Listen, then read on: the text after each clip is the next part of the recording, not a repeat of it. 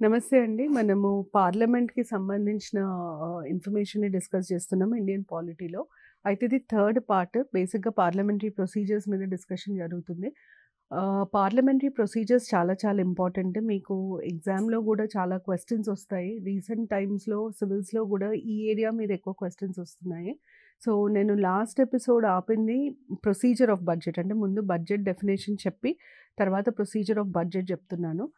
Budget ని ఎట్లా approve చేస్తుంది పార్లమెంట్? ప్రొసీజర్ ఏమేముంటాయి? దాంట్లో ఏమేమి స్టేజెస్ ఉంటాయి? దాని గురించి నేనిప్పుడు డిస్కస్ చేస్తున్నాను. అయితే ఫస్ట్ స్టేజ్‌ని మనం ఇంట్రొడక్షన్ అని అంటాము. నేను ఇంట్రొడక్షన్ గురించి ఇంతకుముందు ఎపిసోడ్‌లో చెప్పాను. ఇంట్రొడక్షన్ ముఖ్య ఉద్దేశ్యం ఏంటి అంటే, బడ్జెట్‌ని ప్రవేశపెట్టడం. అయితే ఇక్కడ మీకు ఎట్లాంటి ప్రశ్నలు అడుగుతారంటే, బడ్జెట్‌ని ఎవరు ప్రవేశపెడతారు? ఎక్కడ ప్రవేశపెడతారు? ఎప్పుడు ప్రవేశపెడతారు? బడ్జెట్ పెట్టే ఆహ్, ఈవెంట్‌ని మనం ఏమని పిలుస్తాం? దేని ద్వారా బడ్జెట్ ప్రవేశపెట్టడం జరుగుతుంది? ఫస్ట్ ప్రశ్నకి సమాధానం ఎవరు అన్నదానికి యూనియన్ ఫైనాన్స్ మినిస్టర్. ఎక్కడ అంటే బడ్జెట్ ఎప్పుడైనా లోక్‌సభలో ముందు ప్రవేశపెట్టడం జరుగుతుంది. దాని తర్వాత రాజ్యసభకి పంపిస్తారు. నెక్స్ట్ మనకు తెలియాల్సింది ఏ రోజు, ఏ టైము. ఫస్ట్ ఫిబ్రవరి రోజు అంటే first working day of February రోజున ఉదయం 11:00కి వాళ్ళు మొదలుపెడతారు. ఉదయం 11 గంటలకి బడ్జెట్ ప్రవేశపెట్టడం జరుగుతుంది. దాని తర్వాత నెక్స్ట్ మనకి తెలియాల్సిందేంటంటే, బడ్జెట్ ప్రవేశపెట్టిన తర్వాత జనరల్ డిస్కషన్ అని ఒకటి జరుగుతుంది. ఈ బడ్జెట్ ప్రవేశపెట్టేది దేని ద్వారా అవుతుంది అంటే, బడ్జెట్ స్పీచ్ అని అంటారు. బడ్జెట్ ప్రసంగం ద్వారా అవుతుంది. బడ్జెట్ ప్రవేశపెట్టిన తర్వాత ఒక జనరల్ డిస్కషన్ ఒక 4, 5 రోజుల వరకి బడ్జెట్ హైలైట్స్ మీద, అసలు ఆ బడ్జెట్ ప్రసంగంలో ఉన్న అంశాల మీద చర్చ జరుగుతుంది. దాని తర్వాత రెండో స్టేజ్‌లో ఏమైతదంటే, నేను మీకు ఇంట్రొడక్షన్ చెప్పినాను, జనరల్ డిస్కషన్ చెప్పినాను. మీరు గుర్తుపెట్టుకోవాల్సిందేందంటే, బడ్జెట్‌ని ముందు లోక్‌సభలో ప్రవేశపెట్టిన తర్వాత ఖచ్చితంగా రాజ్యసభలో ప్రవేశపెడతారు. పెట్టకుండా ఉండరు. అది మీరు గుర్తుపెట్టుకోవాలి. ఇంట్రొడక్షన్ అయిపోయింది. జనరల్ డిస్కషన్ అయిపోయింది. దాని తర్వాత నెక్స్ట్ స్టేజ్‌లో ఏం జరుగుతదంటే, కన్ స్క్రూటినీ బై డీఆర్ఎస్సీస్ అని అంటాం. మీరు దీన్ని చాలా సింపుల్‌గా అర్థం చేసుకోవాలి. డీఆర్ఎస్సీస్ అని అంటాం. డీఆర్ఎస్సీ అంటే డిపార్ట్‌మెంట్ రిలేటెడ్ స్టాండింగ్ కమిటీ. దీని full form important. Department related standing committee అని అర్థం. అయితే స్క్రూటినీ బై డీఆర్ఎస్సీస్ అంటే ఏంటి? అసలు ఏంటిది ఇదంతా అన్నదానికి సమాధానం ఏంటంటే, ఈ స్టేజ్‌లో ఒక 3-4 వారాలు వరకి పార్లమెంటు సమావేశం జరగదు. 3-4 weeks no meetings of parliament, sittings of parliament. Parliament సమావేశం జరగదు. పార్లమెంటులో డిపార్ట్‌మెంట్ రిలేటెడ్ స్టాండింగ్ కమిటీస్ అని కొన్ని కమిటీస్ ఉంటాయి. ఈ కమిటీస్ మాత్రం పనిచేస్తాయి. ఈ కమిటీస్ ఎందుకు ఫార్మ్ అయ్యాయి? ఎట్లా పనిచేస్తాయి? ఏం చేస్తాయి? అన్న దానికొస్తే, ఇప్పుడు మీరు బడ్జెట్‌ని ఎప్పుడైనా గమనిస్తే బడ్జెట్ ప్రసంగంలో ప్రతి మినిస్ట్రీ నేను ఈ కొత్త స్కీమ్ తెస్తున్నాను. ఈ పథకంకి ఇన్ని పైసలు కావాలా? ఇట్లాంటివి ప్రస్తావనలుంటాయి. అయితే ఈ ప్రస్తావనలన్నిటిని అంటే ఖర్చుకి సంబంధించిన ప్రస్తావనలని మనము డిమాండ్స్ అని అంటాం. డిమాండ్ అన్న పదం అర్థం ఏంటంటే, ఇది ఖర్చుకి సంబంధించిన ప్రస్తావన అని అర్థం. ఈ డిమాండ్స్‌ని పార్లమెంట్‌లో డిస్కస్ చేయాలి. కానీ ఎన్ని డిమాండ్స్ ఉంటాయంటే, ప్రతి సంవత్సరం 109 డిమాండ్ల వరకెళ్ళొచ్చు. 109 డిమాండ్లని పార్లమెంట్‌లో డిస్కస్ చేసి డిసైడ్ చేయాలి 545 మంది లోక్‌సభలో అంటే ఎంత టైం పోతది? చాలా టైం పోతది. కాబట్టి ఏం చేస్తారంటే, ముందు లోక్‌సభ, రాజ్యసభ సభ్యులతో కూడిన కొన్ని కమిటీలు ఏర్పడతాయి. ఈ కమిటీలనే డిపార్ట్‌మెంట్ రిలేటెడ్ స్టాండింగ్ కమిటీస్ అంటారు. ఈ కమిటీలలో 31 మంది సభ్యులుంటారు. ఈ ప్రతి కమిటీ కింద ఒక 2, 3 మినిస్ట్రీలు గానీ, డిపార్ట్‌మెంట్లు గానీ ఉంటాయి. అంటే హోమ్ మినిస్ట్రీకి సంబంధించి ఒక కమిటీ. హోమ్ మినిస్ట్రీ పెద్ద మినిస్ట్రీ కాబట్టి దానికి సంబంధించి ఒక కమిటీ ఉంటుంది. 2, 3 చిన్న చిన్న మినిస్ట్రీలకు సంబంధించి ఒక కమిటీ ఉంటుంది. అలా ఒక 2, 3 మినిస్ట్రీలకు గానీ, 2, 3 డిపార్ట్‌మెంట్లకు గానీ కలిపి ఒక కమిటీ ఉంటుంది. ఆ మినిస్ట్రీ గానీ, ఆ డిపార్ట్‌మెంట్ గానీ ప్రపోజ్ చేసిన డిమాండ్స్ అన్నీ వాళ్ళే చూస్తారు. ఆ కమిటీయే చూస్తుందనమాట. సో, ఈ డిమాండ్ నేను ఇంతకుముందు చెప్పినట్టు వీళ్ళు మాకు అయ్యే ఖర్చు మీద ప్రస్తావనని మనం డిమాండ్ అంటాం. ఆ డిపార్ట్‌మెంట్ రిలేటెడ్ స్టాండింగ్ కమిటీ కిందొచ్చే డిపార్ట్‌మెంట్స్ ప్రస్తావనలన్నిటిని ఆ కమిటీ పరిశీలిస్తుంది. దీనివల్ల లాభం ఏంటి? లాభం ఏంటి అంటే విభజన. పనిని మనం విభజిస్తున్నాం. అన్ని 109 డిమాండ్లు ఒకటేసారి చూడకుండా ఉన్న డిమాండ్లన్నిటిని మనం విభజించి నువ్వు ఇవి చూడు, నువ్వు ఇవి చూడు అని పని అప్పచెప్తున్నాం అనమాట. దీనివల్ల మనకు సమయం మిగులుతుంది. 2, 3 చూస్తారు కాబట్టి మంచి పరిశీలన జరుగుతుంది. So, proper scrutiny. స్క్రూటినీ అంటే ఏంటి? క్షుణ్ణంగా పరిశీలించడాన్ని మనం స్క్రూటినీ అని అంటాం. ఈ ప్రాపర్ స్క్రూటినీ చేయడానికి ఈ డిమాండ్స్‌ని మనం DRSEస్ని వాడుకోవడం జరుగుతుంది. డిపార్ట్మెంట్ రిలేటెడ్ స్టాండింగ్ కమిటీస్‌ని వాడుకోవడం జరుగుతుంది. అయితే ఈ 3-4 వారాలలో ఈ కమిటీస్ వారి మినిస్ట్రీలకి, డిపార్ట్మెంట్స్‌కి సంబంధించిన ఖర్చుకి సంబంధించిన ప్రస్తావనలని సూక్ష్మంగా పరిశీలించి రిపోర్ట్ తయారు చేసి లోక్సభకి ఇవ్వడం జరుగుతుంది. 4వది ఏంటంటే ఈ DRSEస్ పని అయిన తర్వాత ఓటింగ్ జరుగుతుంది. దేనికి సంబంధించిన ఓటింగ్ జరుగుతుంది? Voting on demands. ఖర్చు ప్రస్తావనల మీద ఓటింగ్ జరుగుతుంది. Far grants. గ్రాంట్స్ అంటే ఏంటి? నేను మీకేం చెప్పాను? డిమాండ్ అంటే ప్రపోజ్డ్ ఎక్స్‌పెండిచర్, ప్రస్తావించబడ్డ ఖర్చు, ప్రపోజ్డ్ ఎక్స్‌పెండిచర్. మరి గ్రాంట్ అంటే ఏంటి? ఈ ప్రపోజ్డ్ ఎక్స్‌పెండిచర్‌ని ఎప్పుడైతే లోక్సభ ఆమోదిస్తుందో దాన్ని మనం గ్రాంట్ అని అంటాం. ఆమోదించబడిన తర్వాత, అప్రూవల్ వచ్చిన తర్వాత ఈ ఎక్స్‌పెండిచర్‌నే మనము గ్రాంట్ అని పిలుస్తాం. అంటే అప్రూవల్ రాకముందే డిమాండ్. లోక్సభ దాన్ని పాస్ చేసిన తర్వాత అది గ్రాంట్ అవుతుంది. సో, ఇది ప్రపోజల్ ఫర్ ఎక్స్‌పెండిచర్, అప్రూవ్డ్ ఎక్స్‌పెండిచర్‌ని మనం గ్రాంట్ అని అంటాం. అయితే ఈ స్టేజ్‌లో 26 రోజులలో మొత్తం పాస్ చేయాలి. అన్ని డిమాండ్స్ మీద చర్చ జరగాలి. అన్ని డిమాండ్స్‌ని అప్రూవ్ చేయాలి. 26 రోజులలో ఖచ్చితంగా అప్రూవ్ చేయాలి. లేకపోతే గవర్నమెంట్‌కి పవర్ పోతుంది. ఇది అయిన తర్వాత నెక్స్ట్ అప్రోప్రియేషన్ బిల్‌ని ఇంట్రడ్యూస్ చేస్తారు. అప్రోప్రియేషన్ బిల్ అంటే ఏంటి? అప్రోప్రియేషన్ బిల్ మెయిన్ ఉద్దేశ్యం ఏంటి అంటే మొత్తం గవర్నమెంట్‌కి సంబంధించిన ఖర్చుల లెక్కని ఒక్క పేపర్‌లో ఇస్తారు. అంటే ఇప్పుడు ఎట్లా ఉంటుందంటే మీరు స్టేట్మెంట్ ఆఫ్ అకౌంట్స్ అని అంటారు. మామూలుగా అకౌంట్స్ హ్యాండిల్ చేసే వాళ్ళకి లేదా బిజినెస్ రన్ చేసే వాళ్ళకి కొంచెం బేసిక్ ఇన్ఫర్మేషన్ ఉంటుంది. స్టేట్మెంట్ ఆఫ్ అకౌంట్స్ అంతెందుకు, మన ఇంటి ఖర్చులే తీసుకోండి. జూలైలో నాకు ఇంత ఖర్చు అయింది, నాకు ఇంత ఆదాయం వచ్చింది, నేను ఇంత ఖర్చు పెట్టిన అని ఒక పేపర్ మీద రాస్తాం. అదే అప్రోప్రియేషన్ బిల్ అంటే మొత్తం ఓవరాల్ స్టేట్మెంట్. దాని తర్వాత మళ్ళీ పేపర్లో ఏం రాస్తాం? దీనికి ఇంత ఖర్చు అయింది, దీనికి ఇంత ఖర్చు అయింది, డీటెయిల్స్ ఇస్తాం. సో, అప్రోప్రియేషన్ బిల్‌లో ఏమవుతుందంటే చార్జ్డ్ ఎక్స్‌పెండిచర్, మేడ్ ఎక్స్‌పెండిచర్ 2 కలిపి ప్రెజెంట్ చేస్తారనమాట. ఒక స్టేట్మెంట్ లాగా ఇస్తారు. ఈ మేడ్ ఎక్స్‌పెండిచర్ ఏంటిది? మనం ఇప్పుడు డిమాండ్స్, గ్రాంట్స్ అని మాట్లాడుకున్నాం కదా! ఆ గ్రాంట్స్ అన్నీ మేడ్ ఎక్స్‌పెండిచర్ కిందకి వస్తాయి. దాని మీద చర్చ జరుగుతుంది. అవసరమైతే పార్లమెంట్ దాన్ని తగ్గించడానికి ఉంటుంది.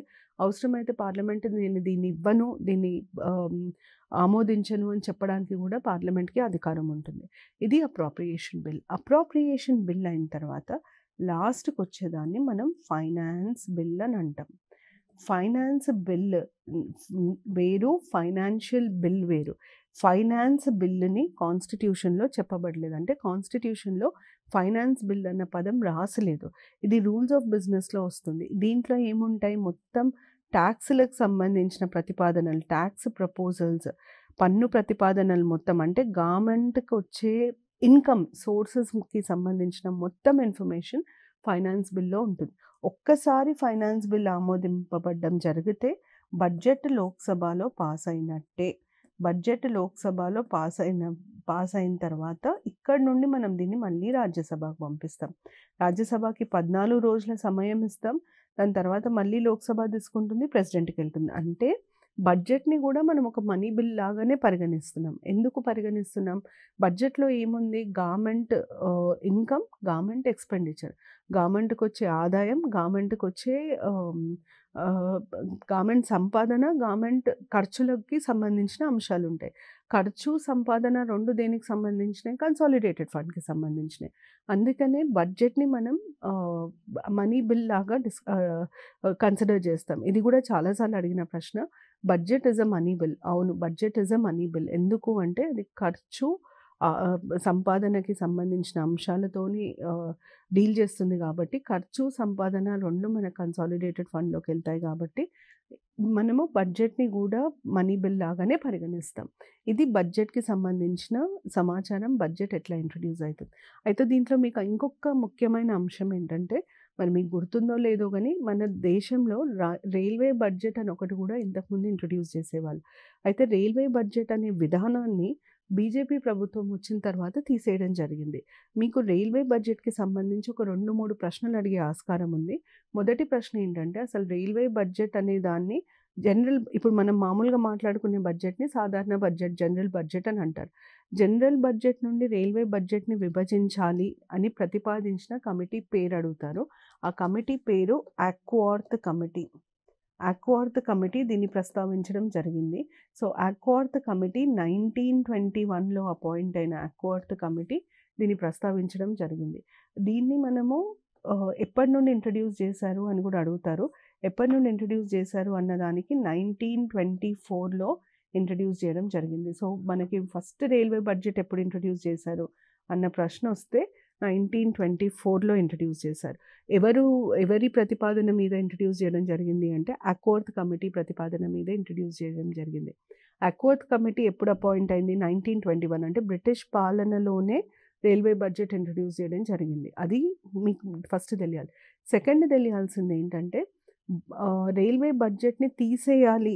ఇంకా రైల్వే బడ్జెట్ వేరుగా సెపరేట్‌గా ఇంట్రడ్యూస్ చేయాల్సిన పని లేదు. రైల్వే బడ్జెట్ అనే ఈ విధానాన్ని మనం విత్‌డ్రా చేసుకోవచ్చు అని ప్రపోజ్ చేసిన కమిటీ పేరేంటి అని అడుగుతారు. బిబేక్ డెబ్రాయ్ కమిటీ. కమిటీ పేరు బిబేక్ డెబ్రాయ్ కమిటీ. ఇది చాలా చాలా important. Debroy committee.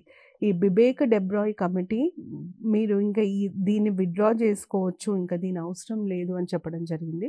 Last railway బడ్జెట్‌ని 2016లో ఇంట్రడ్యూస్ చేశారు. దాని తర్వాత నుండి మనకు రైల్వే బడ్జెట్ లేదు. దీంతో మనం బడ్జెట్‌కి సంబంధించిన కంప్లీట్ ఇన్ఫర్మేషన్ డిస్కస్ చేయడం జరిగింది. దీంతో నేను పార్లమెంటరీ ప్రొసీజర్స్‌ని ముగిస్తున్నాను. మనం నెక్స్ట్ డిస్కస్ చేసుకోవాల్సిన అంశం పార్లమెంటరీ కమిటీస్. నేను పార్లమెంటరీ కమిటీస్ కూడా మీకు ఎందుకు తీసుకుంటున్నానంటే పార్లమెంటరీ కమిటీ విధానం ఏదైతే ఉందో చాలా ముఖ్యమైన విధానం. పార్లమెంటరీ కమిటీస్‌లో కొన్ని కమిటీస్ మీద ప్రశ్నలు వచ్చే ఆస్కారం ఎక్కువ ఉంటుంది. కాబట్టి మనం ఈ పార్లమెంట్ కమిటీస్ గురించి కూడా డిస్కస్ చేసుకోవాలి. సో, పార్లమెంట్ కమిటీస్ గురించి మనకి ఏమేమి తెలియాలి? ఫస్ట్ మనకు పార్లమెంటరీ కమిటీస్ మీద సంబంధించి ఏమి ఇన్ఫర్మేషన్ తెలియాలి అంటే అసలు ఎన్ని రకాల కమిటీస్ ఉన్నాయి? ఎందుకు కమిటీ విధానాన్ని ఇంట్రడ్యూస్ చేయడం జరిగింది? ఇట్లాంటివి. సో, పార్లమెంటరీ కమిటీస్‌కి సంబంధించి ముందు మనకు తెలవాల్సింది ఎందుకు? అసలు ఇవి ఉండాల్సిన అవసరం ఏముంది? ఎన్ని రకాల కమిటీస్ ఉంటాయి? ఈ రకాల కమిటీస్‌లో మనకి కొంచెం సమాచారం ఇంపార్టెంట్. సో, పార్లమెంటరీ కమిటీస్ ఎందుకు అన్న ప్రశ్నకి వస్తే నేను ఇంతకుముందు బడ్జెట్‌లో చెప్పినట్టు పార్లమెంట్‌ని మనం చూసుకుంటే పార్లమెంట్‌కి చాలా బాధ్యతలు ఉంటాయి. అంటే చాలా రకాల నిర్ణయాలు తీసుకోవాలి. చాలా బాధ్యతలు ఉంటాయి.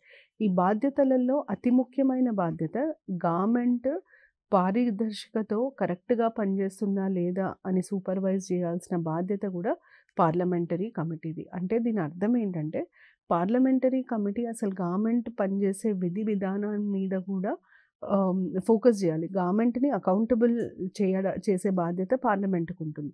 కానీ పార్లమెంట్ ఇన్ని పనులున్నప్పుడు దేన్ని సూక్ష్మంగా పరిశీలించేంత టైము పార్లమెంట్‌కు ఉండదు. ఆ సూక్ష్మమైన పరిశీలన కోసము పార్లమెంటరీ కమిటీస్.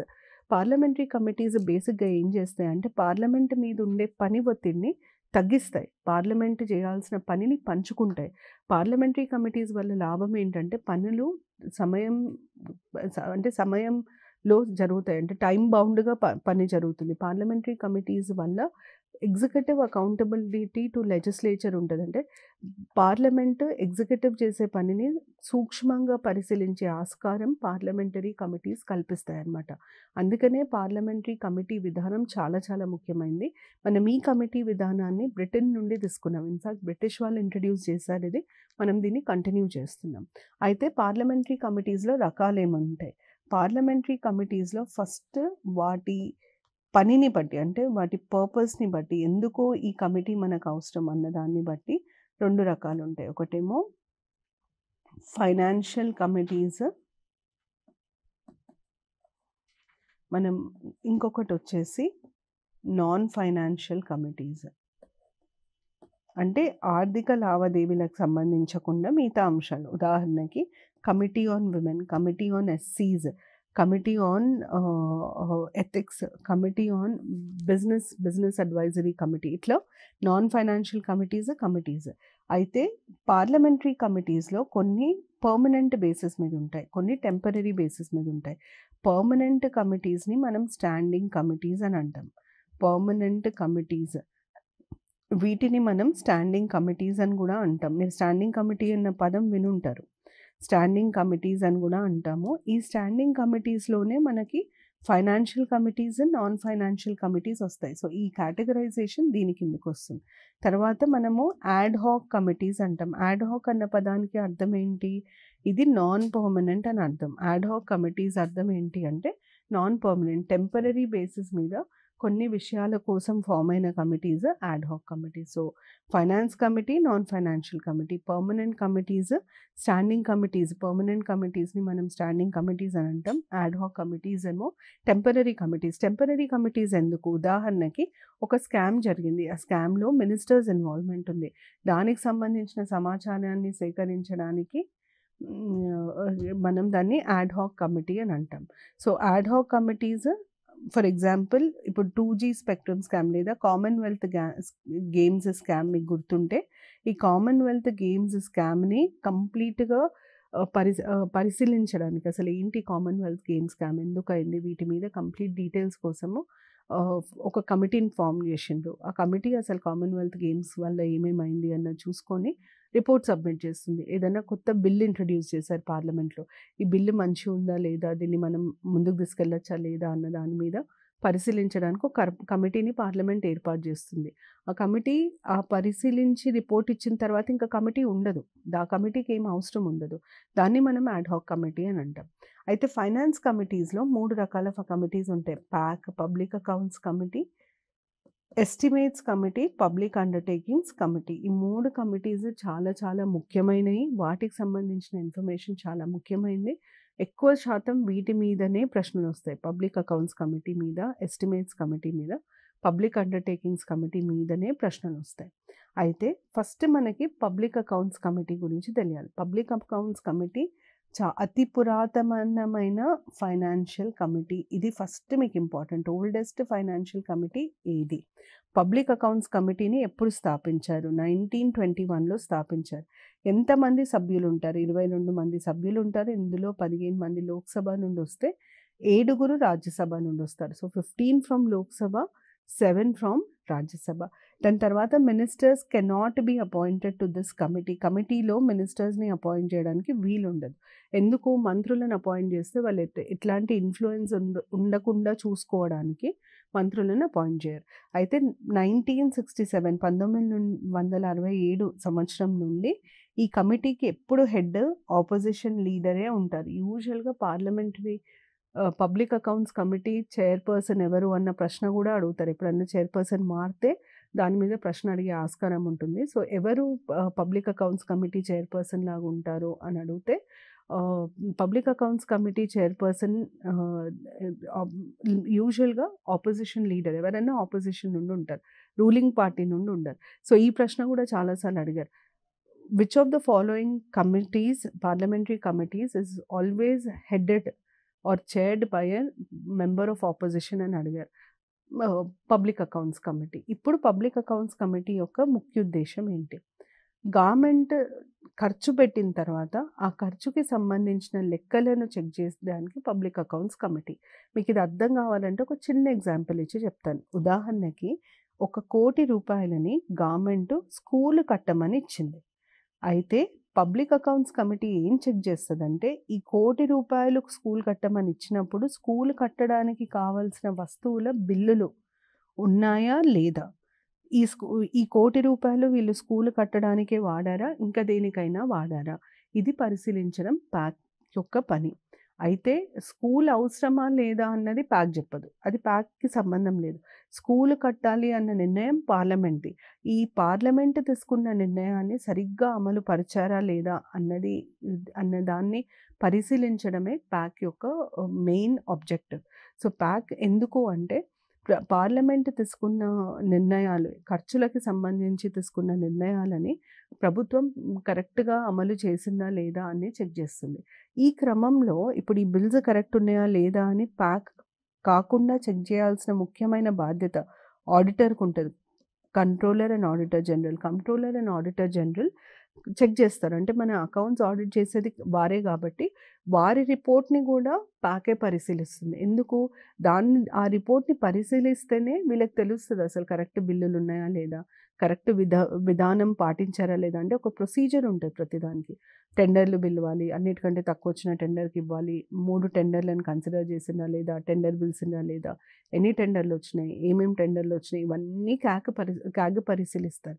ఈ క్యాగ్ పరిశీలించిన తర్వాత ఆ రిపోర్ట్‌ని ప్యాక్‌కి పంపించడం జరుగుతుంది. ప్యాక్ మళ్ళీ చెక్ చేస్తుంది. క్యాగ్ పనితీరుని చెక్ చేస్తలేదు. గవర్నమెంట్ పనితీరుని క్యాగ్ ద్వారా చెక్ చేస్తుంది. సో, అందుకనే మనం ఏమంటామంటే క్యాగ్‌ని friend, philosopher and guide of PAC అని అంటాం. ఇది చాలా చాలా important. CAG is the friend, philosopher and guide of PAC. ఎందుకు అంటే క్యాగ్ రిపోర్ట్ ఒక ఎక్స్‌పర్ట్ రిపోర్ట్. అంటే మనకి అకౌంట్స్‌లో మంచి అవగాహన ఉంటే గానీ క్యాగ్ రిపోర్ట్ అర్థం గాదు. అర్థమయ్యే ఆస్కారం లేదు. అందుకనే క్యాగ్ రిపోర్ట్ అర్థం గావాలి అంటే ఒక ఎక్స్‌పర్ట్ మనకి సలహా ఇవ్వాలి. వారే వీళ్ళకి సలహా ఇస్తారు. వారే ప్యాక్‌కి హెల్ప్ చేస్తారనమాట. రిపోర్ట్ అర్థం చేసుకోవడానికి హెల్ప్ చేస్తారు కాబట్టి క్యాగ్‌ని మనము friend, philosopher and guide of PAC అని పిలుస్తాం. ఇది ప్యాక్‌కి సంబంధించిన ఇన్ఫర్మేషన్. రెండో కమిటీని ఎస్టిమేట్స్ కమిటీ అని అంటారు. ఎస్టిమేట్ అంటే మనము చూచాయిగా చెప్పడాన్ని ఎస్టిమేట్ అని అంటాం. ఇప్పుడు ఉదాహరణకి ఇల్లు కట్టాలనుకుంటున్నాం. దాదాపుగా ఎన్ని పైసలయితాయి అని అంటాం. అంటే కరెక్ట్‌గా మనం ఎగ్జాక్ట్‌గా ఎంత అయితదో చెప్పలేం గానీ, దగ్గరికి ఇది ఇంత అయ్యే ఆస్కారం ఉంది అంటాం. అంటే ఒక 5 అటో ఇటో అంటాం గదా! దాన్ని మనం ఎస్టిమేట్ అని అంటాం. ఎస్టిమేట్స్ కమిటీ యొక్క ముఖ్య ఉద్దేశ్యం ఏంటంటే, ప్రభుత్వం ఎప్పుడు ఏదో ఒక ఎస్టిమేట్ ప్రెజెంట్ చేస్తూనే ఉంటది. ఆ ఎస్టిమేట్ ఖర్చుకి సంబంధించింది అవ్వచ్చు, ఆ ఎస్టిమేట్ సంపాదనకు సంబంధించింది అవ్వచ్చు. ఉదాహరణకి ఈ టాక్స్ మేము ఇంట్రొడ్యూస్ చేయబోతున్నాం. ఈ టాక్స్ ఇంట్రొడ్యూస్ చేస్తే ఇంత కలెక్ట్ అయ్యే ఆస్కారం ఉంది. ఈ పన్ను ద్వారా ఇంత ధనం సేకరించే ఆస్కారం ఉంది. ఇట్లాంటివి ప్రపోజ్ చేస్తుంది గవర్నమెంట్. ఇట్లాంటి ఏ ప్రపోజల్ ఖర్చుకి సంబంధించి, సంపాదనకు సంబంధించి ఏ ప్రపోజల్ వచ్చినా, ఆ ప్రపోజల్‌ని పరిశీలించడానికి ఫార్మ్ అయిన కమిటీయే ఎస్టిమేట్స్ కమిటీ. ఈ ఎస్టిమేట్స్ కమిటీని 1950లో స్థాపించడం జరిగింది. కానీ ఎస్టిమేట్స్ కమిటీకి ఉన్న ప్రత్యేకత ఏంటంటే మెంబర్స్ లోక్‌సభ నుండి మాత్రమే ఉంటారు. లోక్‌సభ సభ్యులు మాత్రమే ఉంటారు. రాజ్యసభ సభ్యులు ఉండరు. లోక్‌సభ సభ్యులు వారిలోంచి 30 మందిని ఎస్టిమేట్స్ కమిటీకి నియమిస్తారు. అంటే ఎన్నుకుంటారు. అయితే దీంట్లో ఇంకొక ఇంపార్టెంట్ పాయింట్ ఏందంటే, ఇప్పుడు ఎస్టిమేట్స్ కమిటీ చైర్‌పర్సన్ ఎవరు? నేను మీకు public accounts committee chairperson opposition leader అవుతారు. ఆపోజిషన్ మెంబర్ అవుతారని చెప్పాను. అట్లా ఎస్టిమేట్స్ కమిటీ చైర్‌పర్సన్ ఎవరు? ఒకవేళ డెప్యూటీ స్పీకర్ ఎస్టిమేట్స్ కమిటీలో సభ్యుల్లాగా ఎన్నుకోబడితే, డెప్యూటీ స్పీకర్ చైర్‌పర్సన్ అవుతారు. కానీ డెప్యూటీ స్పీకర్ సభ్యులు కారు ఎస్టిమేట్స్ కమిటీలో. అట్లాంటప్పుడు స్పీకర్ నిర్ణయిస్తారు ఎవరు చైర్మన్ అవుతారన్నది. సో, ఫస్ట్ మనం డెప్యూటీ స్పీకర్ ఉన్నారా లేదా ఈ సభ్యులలో అన్నది పరిగణించాలి. డెప్యూటీ స్పీకర్ ఒకవేళ ఉన్నట్లయితే వారు చైర్మన్ అయితారు. లేనట్లయితే స్పీకర్ ఈ 30 మంది సభ్యులలోంచి ఒకరిని నియమిస్తారు చైర్మన్ లాగా. ఇది ఎస్టిమేట్స్‌కి కమిటీకి సంబంధించిన ఇన్ఫర్మేషన్. నేను ఇంతకుముందు చెప్పినట్టు estimates of all ministries and departments, ఎన్ని మినిస్ట్రీస్, ఎన్ని డిపార్ట్మెంట్స్ ఉన్నాయో వాళ్ళు తీసుకొచ్చే ప్రతిపాదనలన్నిటిని చెక్ చేయాల్సిన బాధ్యత ఎస్టిమేట్స్ కమిటీ. అయితే మనము ప్యాక్ ఇంకా ఎస్టిమేట్ కమిటీ రెండిటిని కలిపి ట్విన్ సిస్టర్ కమిటీ అని అంటాం. ఎందుకు? ఒకరేమో ఎస్టిమేట్స్‌ని చెక్ చేస్తున్నారు. అంటే ప్రతిపాదనలను చెక్ చేస్తున్నారు. ఇంకొకరేమో ఖర్చు అయిన తర్వాత యాక్చువల్ ఎక్స్‌పెండిచర్‌ని చెక్ చేస్తున్నారు. ఈ 2 కమిటీస్ కలిపి ఈ మొత్తం సైకిల్ ఆఫ్ ఎక్స్‌పెండిచర్‌ని కవర్ చేస్తున్నాయి కాబట్టి మనం వాటిని ట్విన్ సిస్టర్ కమిటీస్ లాగా పిలుచుకుంటాం. థర్డ్ వన్ వచ్చేసి పబ్లిక్ అండర్‌టేకింగ్స్ కమిటీ. 3 ఫైనాన్షియల్ కమిటీస్‌లో రీసెంట్‌గా కాన్స్టిట్యూట్ అయింది పబ్లిక్ అండర్‌టేకింగ్స్ కమిటీ. దీన్ని 1963లో ఎస్టాబ్లిష్ చేయడం జరిగింది. ఏ కమిటీ రికమెండేషన్ మీద ఎస్టాబ్లిష్ చేశారు అని అడుగుతారు. కృష్ణ మెనన్ కమిటీ రికమెండేషన్స్ ప్రకారంగా ఎస్టాబ్లిష్ చేయడం జరిగింది. ఎందుకు పబ్లిక్ అండర్‌టేకింగ్స్ కమిటీ ఎస్టాబ్లిష్ చేశారు అంటే, ప్రభుత్వ రంగ సంస్థలకి చాలా పెద్ద, అంటే వారు చాలా పెద్ద రోల్ పోషిస్తారు మన ఆర్థిక వ్యవస్థలో ప్రభుత్వ రంగ సంస్థలది చాలా పెద్ద రోల్ ఉంటుంది. ఎందుకు చాలా పెద్ద రోల్ ఉంటది? ఫస్ట్ ప్రభుత్వ రంగ సంస్థలు చాలా మందికి ఉపాధిని కల్పిస్తాయి. సో, మాసివ్ ఎంప్లాయ్‌మెంట్ గురించి మాట్లాడినప్పుడు ప్రభుత్వ రంగ సంస్థలది చాలా పెద్ద చెయ్యి. రెండోది ఏంటి అంటే ప్రభుత్వ రంగ సంస్థల వల్ల ప్రైజెస్ కంట్రోల్‌లో ఉంటాయి. అంటే ప్రభుత్వ రంగ సంస్థ ఉట్టి లాభం మీదనే పనిచేయదు. లాభంతో పాటు శ్రేయస్సు అంటే వెల్‌ఫేర్ అండ్ ప్రాఫిట్ ఈ 2 మోటివ్స్‌తో పనిచేస్తుంది. కాబట్టి వాళ్ళు ఏదన్నా అమ్మేటప్పుడు మరీ తారాస్థాయికి పెంచి అమ్మరు. ఒక మోస్తారు రేట్లు పెట్టి అమ్ముతారు. అయితే మిగతా ప్రైవేట్ ప్లేయర్స్ అందరూ ఏం చేస్తారు ఆ ఫీల్డ్‌లో ఉన్నప్పుడు ఒక వస్తువు ఇన్ని పైసలకు దొరుకుతుంది అంటే మనం దానికంటే ఒక రూపాయి ఎక్కువకి అమ్మగలుగుతాం. కానీ దానికంటే రూ. 10 ఎక్కువకి అమ్మలేం. సో, దానివల్ల public sector undertakings price regulation కూడా చేస్తాయి. ప్రైస్ రెగ్యులేషన్ చాలా చాలా ఇంపార్టెంట్. అదొక చాలా ముఖ్యమైన అంశం పబ్లిక్ సెక్టర్ అండర్‌టేకింగ్స్‌కి సంబంధించి. సో, దానివల్ల పబ్లిక్ సెక్టర్ అండర్‌టేకింగ్స్ కంటిన్యూ అవ్వాలంటే ప్రభుత్వ రంగ సంస్థలు పని చేస్తూ ఉండాలి. ప్రభుత్వ రంగ సంస్థలలో ఉన్న సమస్యల గురించి చర్చించడానికి, వాటి పనితీరుని విశ్లేషించడానికి పార్లమెంట్‌లో ఒక కమిటీని పెడితే బావుంటుంది అని కృష్ణ మెనన్ కమిటీ ప్రతిపాదించడం జరిగింది. అందుకనే పబ్లిక్ అండర్‌టేకింగ్స్ కమిటీని ఎస్టాబ్లిష్ చేయడం జరిగింది. దీంట్లో 22 మంది సభ్యులుంటారు. దాంట్లో 15 మంది లోక్‌సభ నుండి, 7 రాజ్యసభ నుండి ఉంటారు. అయితే ఈ పబ్లిక్ అండర్‌టేకింగ్స్ కమిటీ ముఖ్య ఉద్దేశ్యం ఏంటంటే ప్రతి ప్రభుత్వ రంగ సంస్థ సంవత్సరానికి ఒక రిపోర్ట్ ఇస్తుందనమాట. ఈ సంవత్సరంలో మేము ఈ పనులు చేశాము. మా ఆదాయం ఎంత? మా ఖర్చింత? మాకొచ్చిన లాభ నష్టాలు ఎంత? ఇవన్నీ ఒక రిపోర్ట్ లాగా సబ్మిట్ చేస్తుంది.